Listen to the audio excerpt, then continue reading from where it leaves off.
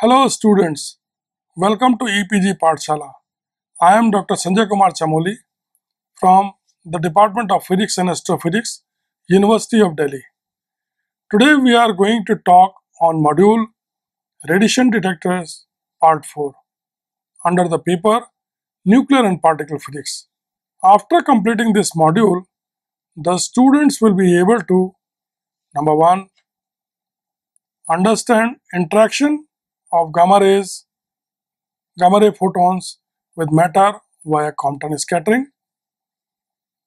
They will also be understanding the interaction of gamma ray photons with matter via pair production, and they will understand the interaction of neutrons with matter. Gamma rays, X-ray photons in matter, Compton effect. In this slide, basically the gamma rays interaction with matter is discussed in the context of Compton effect.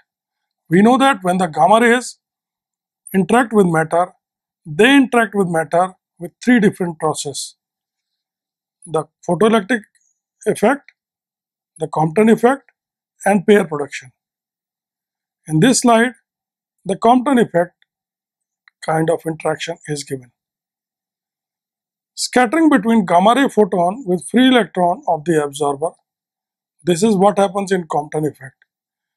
In the Compton effect, the incoming photon, which is nothing but a wave, the photon interacts with the free electron.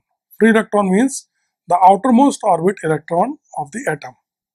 And then photon gets scattered and the electrons get recoiled. Now, due to scattering, the photon moves with modified energy because it exchanges momentum as well as energy with the electron. Then the distribution of momentum and energy takes place between the incoming photon and the recoiling electron. So in this case, we find that energy of the scattered photon gets modified and is given by h nu dash is equal to h nu upon 1 plus h nu by m0 c square 1 minus cos theta, where theta is the angle at which the scattered photon is emitted. Energy of emitted electron can also be calculated using the formula EE is equal to h nu m0 c square 1 minus cos theta upon 1 plus m0 c square 1 minus cos theta. Gamma ray, X-ray in matter, Compton effect. In this slide, basically we are going to study more details of Compton effect of gamma ray photon. So as we have seen that gamma ray interact with matter via three different processes: photoelectric effect, Compton effect, and pair production. So here more details of Compton effect are discussed.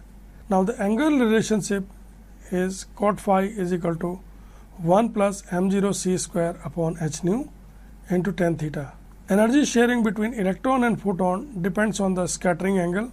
For maximum electron energy, theta is equal to 180 degree and phi is equal to 0 degree. What is theta and what is phi? We have seen in the previous slide that theta is the angle of scattered photon and phi is the angle of the scattered electron, recoiling electron.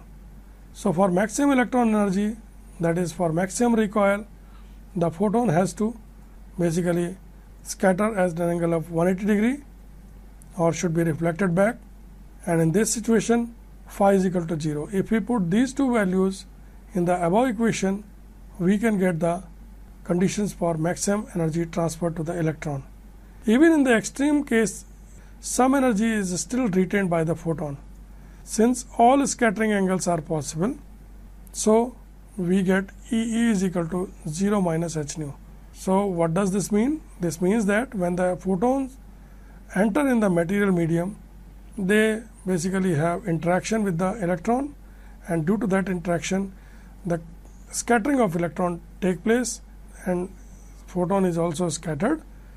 So the energy, if we watchfully see the energy of the recoiling electron, then we get all sort of energy of recoiling electron depending upon the angle at which the photon is scattered.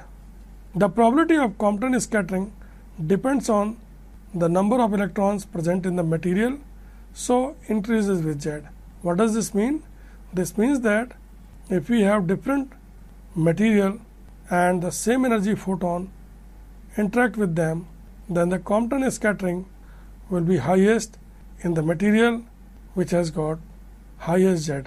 So the probability of Compton scattering is basically proportional to Z. You can see gamma ray, X-ray, photon in matter, Compton effect. So we continue our discussion about the Compton effect. Here in this slide, basically we will see how the angular distribution of Compton electron can be estimated by using Klein-Nishina formula.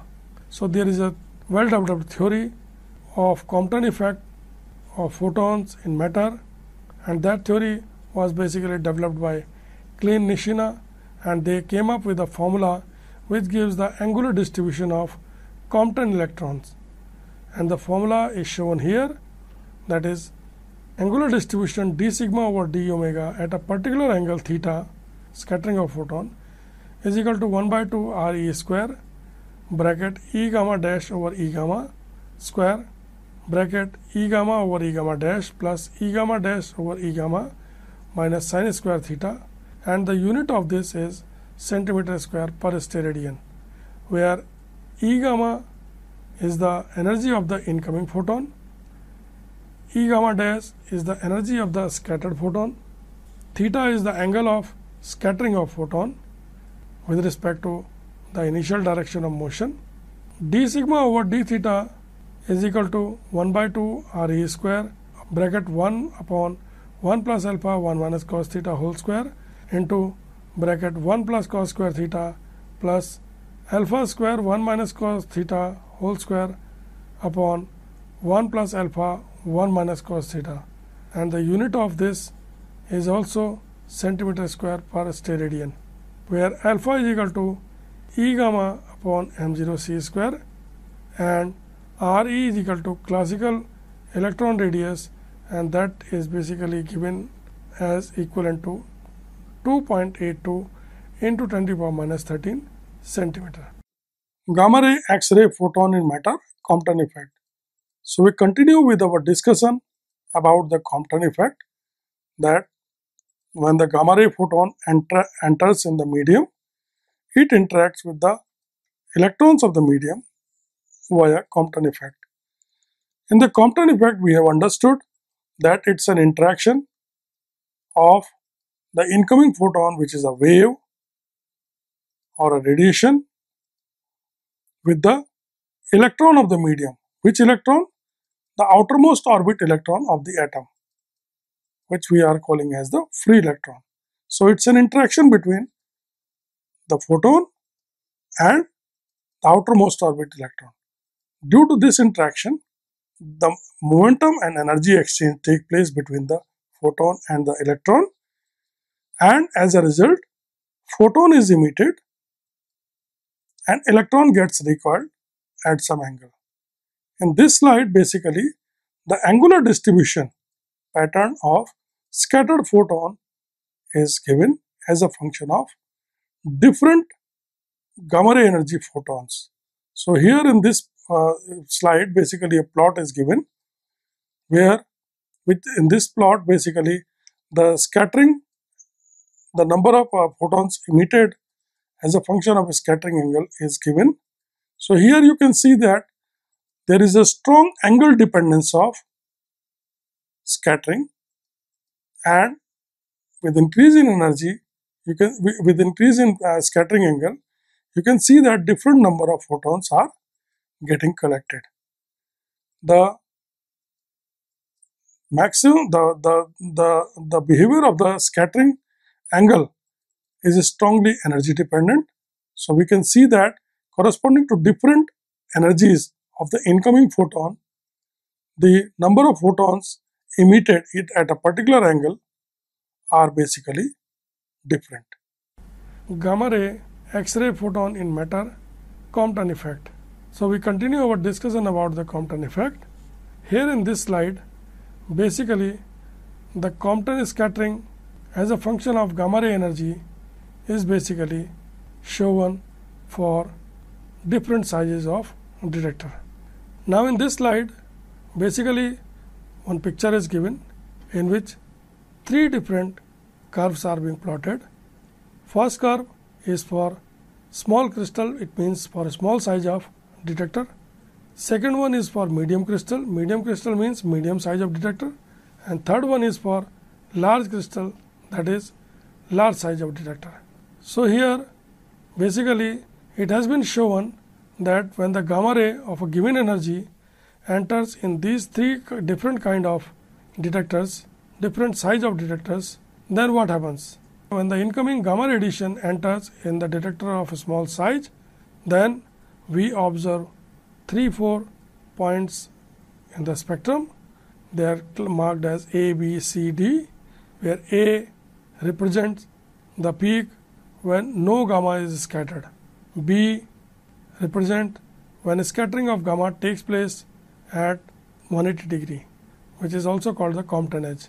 C represents the situation when the scattering of gamma ray photon is at angle less than 180 degree, and D represents the situation which is due to various regions.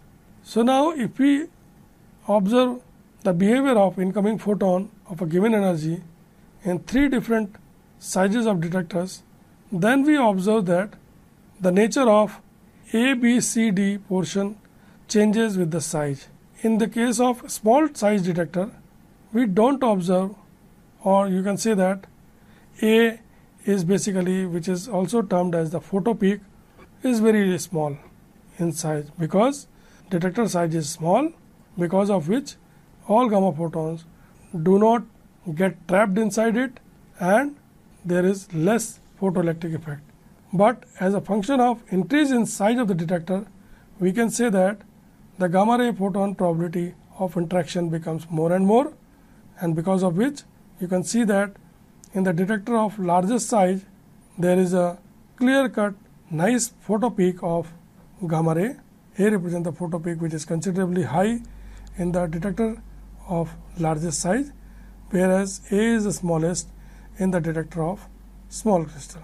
So it means that in case of a small size detector, Compton effect is more as compared to the photoelectric effect, but with the size of the detector we can say that the Compton effect is lesser as compared to the photoelectric effect. Gamma rays, X-ray, photon in matter, pair production. In this slide we are going to study the third interaction mechanism of gamma ray photon with matter, which is pair production. Pair production is nothing but the energy conversion to mass. What happens is, in the pair production, when the gamma ray energy is higher than 1.02 MeV, in that case this energetic gamma ray when passed through the nucleus, then it basically is absorbed in the medium, resulting in two charged particles, one is electron and one is positron.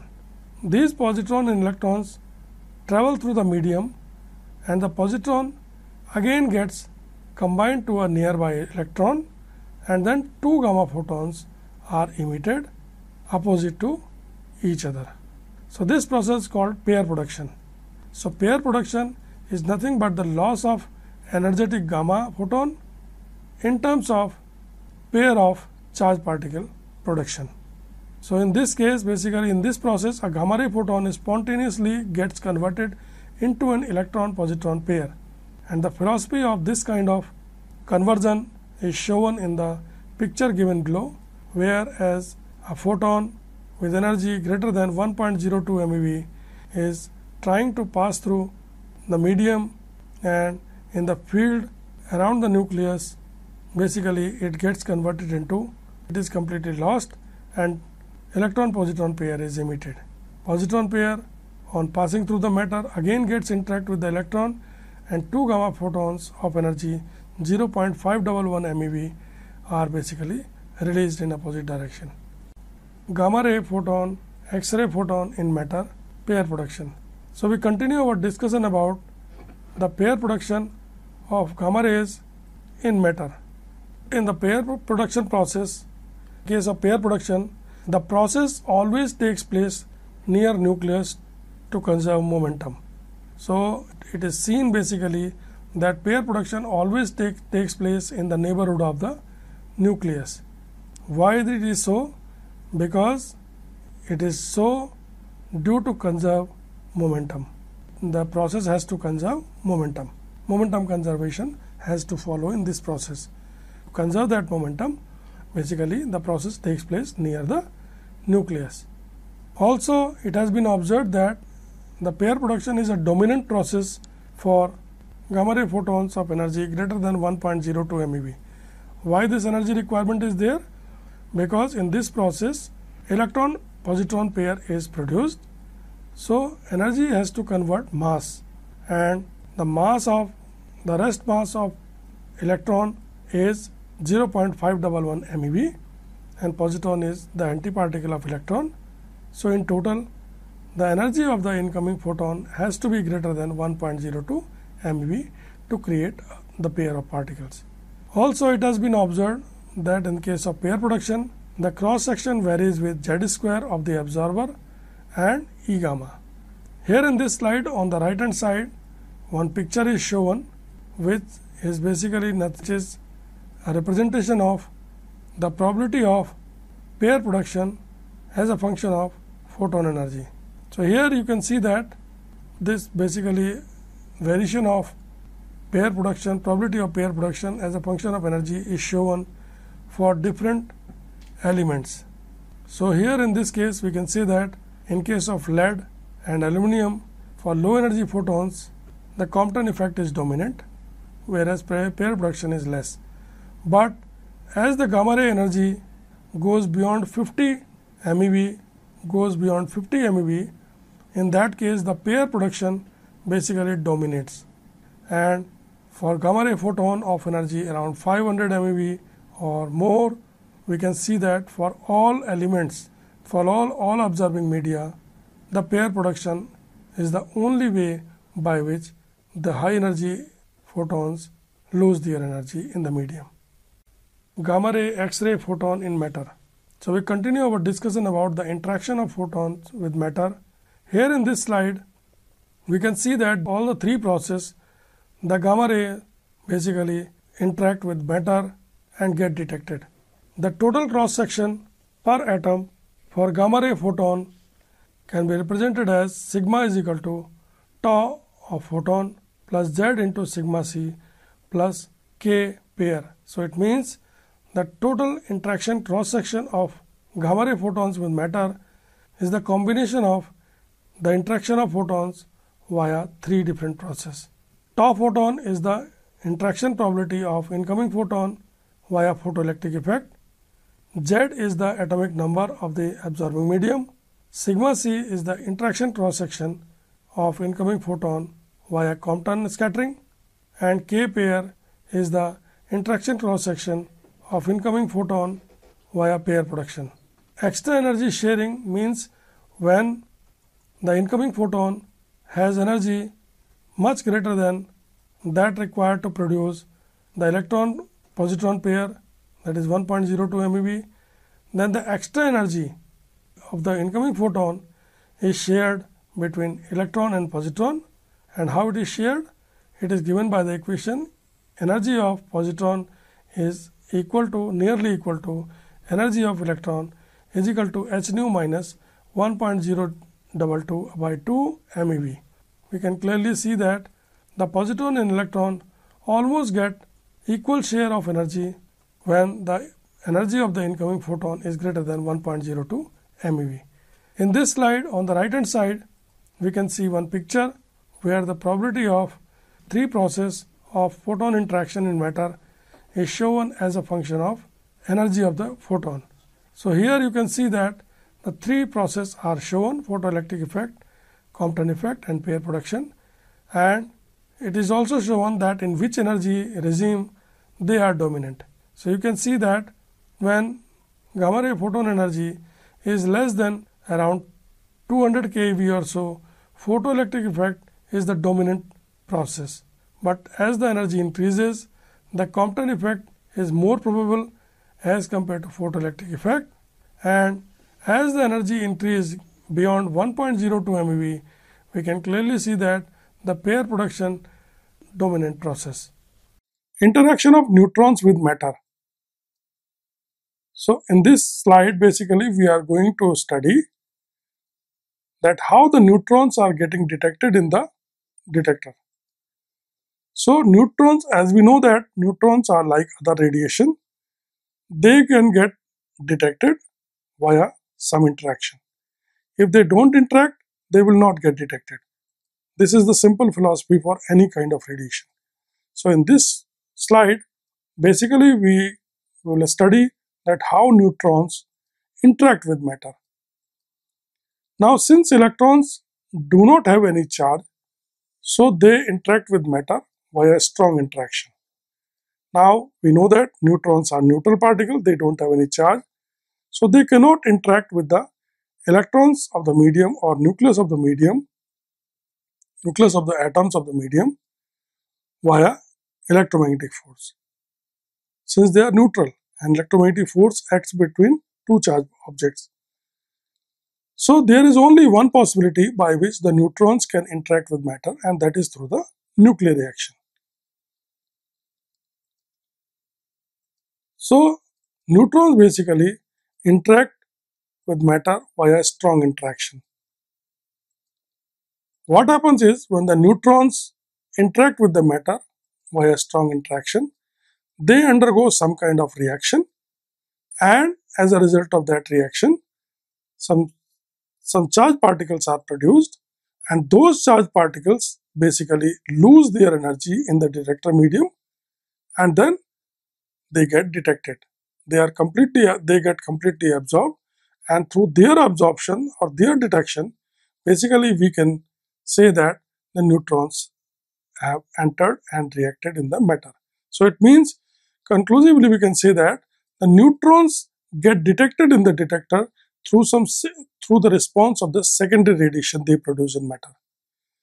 So main process in this detection of the neutrons is elastic scattering. Elastic scattering means when the neutron is coming, it is interacting with the medium, and then neutrons are getting scattered through elastic scattering. This happens for neutrons which are having energy less than equal to 1 MeV. Other mode of interaction of neutrons in the medium is via inelastic scattering. In the inelastic scattering, what happens is neutron comes, interact with the material, and then neutron basically get scattered with some less energy, and the remaining energy is given to the atom of the medium and it gets excited. So basically the neutrons within the medium undergo two kinds of reaction: elastic scattering reaction, inelastic reaction, inelastic kind of reaction. How do we differentiate that what is the elastic scattering and what is the inelastic scattering? The simple way of looking at them is that in case of elastic scattering, if the neutron is having the elastic scattering in the medium of the detector, then the atoms of the medium will not get excited and will not give any gamma ray photon in de-excitation. But when the neutrons get inelastic scattering in the medium, the atom of the medium is excited and then it de-excites by giving some gamma ray photon. So this happens, the inelastic scattering happens for those neutrons which are having energy E greater than equal to 1 MeV. Third important process by which neutrons get detected in a detector medium is via Radiative neutron capture. Radiative neutron capture means the neutron get absorbed in the medium and then a gamma ray photon is emitted. Like N plus Na plus Za. Za means the material, the atom of the material medium of the detector. The reaction is Za plus 1, that is a new nucleus is formed, Za plus 1 plus gamma ray photon is emitted. This gamma ray photon then interacts in the medium and then it gets detected. Another important reaction that basically gives the identification of neutron is via substitution reaction. Substitution reaction means it may happen that the neutron interact with the material medium and then it is absorbed and a proton is emitted. That is, neutron interacting with the medium releasing out a proton, or a neutron interacting with the medium and a deuteron is released, or a neutron interacting with the medium and alpha particle is emitted, or a neutron interacting with the medium and tritium is emitted. So you can see that in the substitution reaction, the charged particles are emitted. These charged particles lose their energy in the medium, they get completely detected, and with their detection, we can get an idea about the detection of neutrons. Another important mechanism by which the neutrons can get detected in the detector medium or detectors is via fission reaction. Fission reaction means neutrons enter in the detector, they basically initiate some fission reaction. Due to that fission reaction, two heavy charged particles are produced. These charged particles are energetic particles. They lose out their energy in the medium, they get completely detected, and with their detection, basically we can detect the neutrons. This process takes place for neutrons with thermal energies. Interaction of neutrons with matter. Now we have seen that neutrons interact with matter via a number of processes like elastic scattering, inelastic scattering, capture, neutron capture, plus and so on. So total reaction cross section of the neutrons in matter is also sum of interaction due to these individual processes. So total reaction cross section sigma total for neutron in matter is equal to sigma for elastic scattering plus sigma for inelastic scattering plus sigma for capture cross section for capture and so on. In the picture on the right hand side, the plot of this total cross section as a function of neutron energy is shown. Now in this picture, from this picture we can basically draw a few conclusions.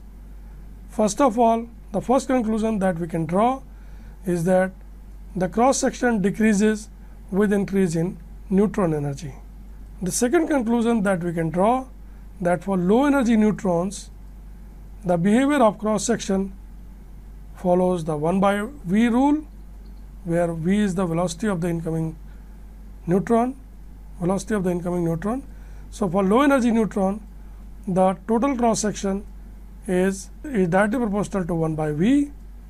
After that, for little high energy neutrons, we can see that resonance phenomena takes place, that is, neutron is absorbed, the nucleus of the medium get excited and then de-excite by releasing energy. So resonance peaks are basically observed. For still high energy neutrons, which are termed as the fast neutrons, we can say that the total cross section decreases. So students, let us now summarize what we have learnt in this module. There are various concepts, various things which were discussed in this module. Now it's time for us to recap what we have learned so far. The first thing that we learned is that Compton scattering is an effective way of losing energy for gamma ray photons. Another important thing that we learned in this module is that Compton scattering is the most important interaction mechanism for gamma ray photons with energy E gamma greater than 400 keV and for materials with high Z. Third important thing that we learned in this module is that for very high energy photons, that is E gamma greater than 40 MeV, interaction with matter is only through pair production. And there is one more thing which we have learned in this module is that neutrons interact with matter via a variety of processes and get detected by the detection of secondary radiations produced in these processes. Thank you very much.